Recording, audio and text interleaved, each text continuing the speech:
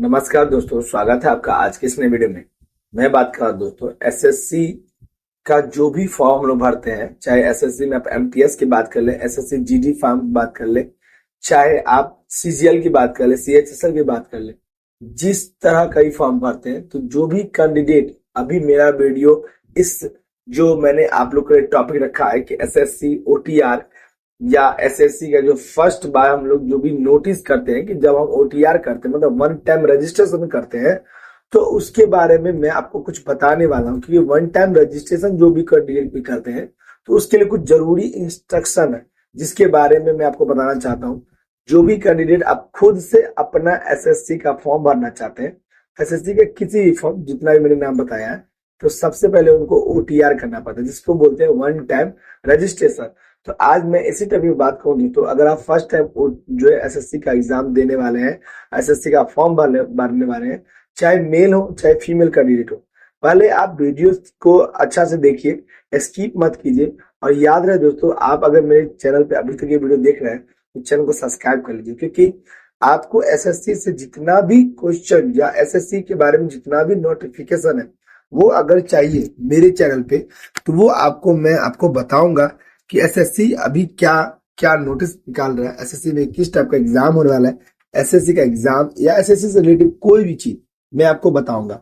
आप थोड़ा वीडियो में बनिए ताकि आपको मेरी बात समझ में आए और आप इस प्रकार से एसएससी का रजिस्ट्रेशन कैसे करेंगे इसके बारे में स्टेप बाय स्टेप बताने वाला हूं आपको। मतलब फर्स्ट टाइम जो आपको जो भी जरूरी जानकारी होती है, जो रजिस्ट्रेशन करने का तरीका होता है, वो मैं आपको बताने वाला हूँ। ठीक है, इससे क्या होगा, एक बार अगर आप एसएससी ओटीआर का रजिस्ट्रेशन कर लेते हैं, मतलब एसएससी का फर्स्ट टाइम खुद से वन टाइम रजिस्ट्रेशन कर लेते हैं, तो स्टेप बाय स्टेप आप कोई भी फॉर्म, जब भी कुछ भी एसएससी का कोई भी फॉर्म आता है, तो आप रजिस्ट्रेशन खुद से कर सकते हैं। ठीक है, और रजिस्ट्रेशन करने के बाद क्या होगा दोस्तों, कि कोई भी फॉर्म अगर आप खुद भरना चाहेंगे तो रजिस्ट्रेशन किया रहेगा, तो आप उसको आसानी से भर सकते हैं, उसमें ज्यादा टाइम आपको नहीं लगेगा।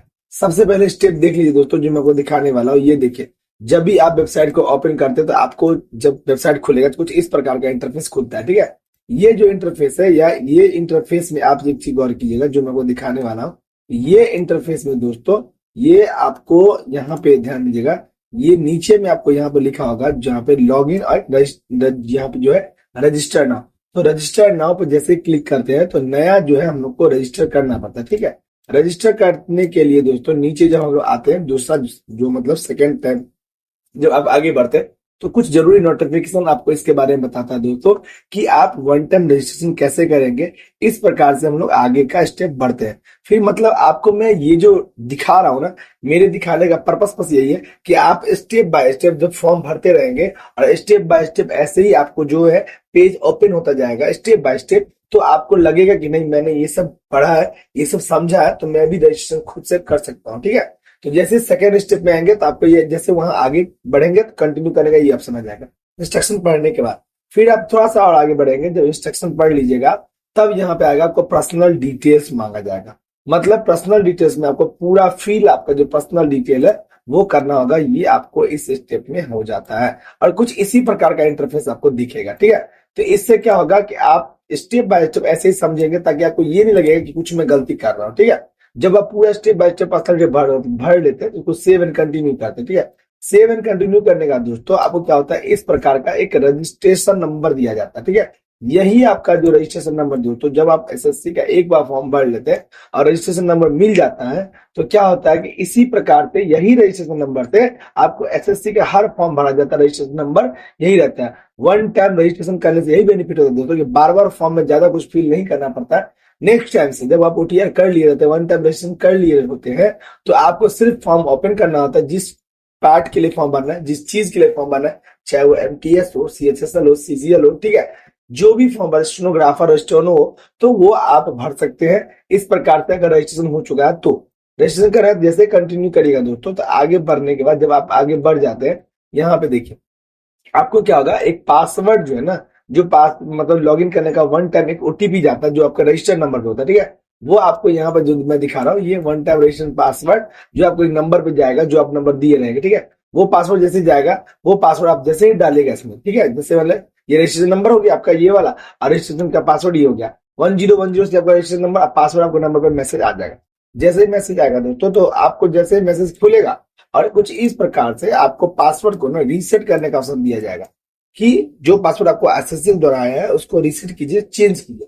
तो आपको क्या करना होगा, इसमें रजिस्ट्रेशन नंबर ऑलरेडी डाला होगा, ओल्ड पासवर्ड जो आपको मोबाइल पे आया होगा वो डालना होगा, और नया पासवर्ड जो आपको बनाना है वो आपको डालने होंगे। 2 बार आपको उसमें डालना होगा, एक बार यहाँ एक बार यहाँ, ठीक है। तो इस प्रकार से 2 बार आप पासवर्ड डालेंगे, तब जाके कंटिन्यू करेंगे। कंटिन्यू करने के बाद सेव एंड कंटिन्यू यहाँ पे है, ठीक है। और यहाँ पे कुछ एक चीज और दिखा दिया, सेलेक्ट, जो यहाँ पे ऑप्शन देख लीजिए, सेलेक्ट जो यहाँ पे है सिक्योरिटी क्वेश्चन। गलती से पासवर्ड भी भूल जाते हैं तो कुछ यहाँ पे सिक्योरिटी क्वेश्चन सेव कर दीजिएगा, तो आप सिक्योरिटी क्वेश्चन को भी सेव कर सकते हैं, ठीक है।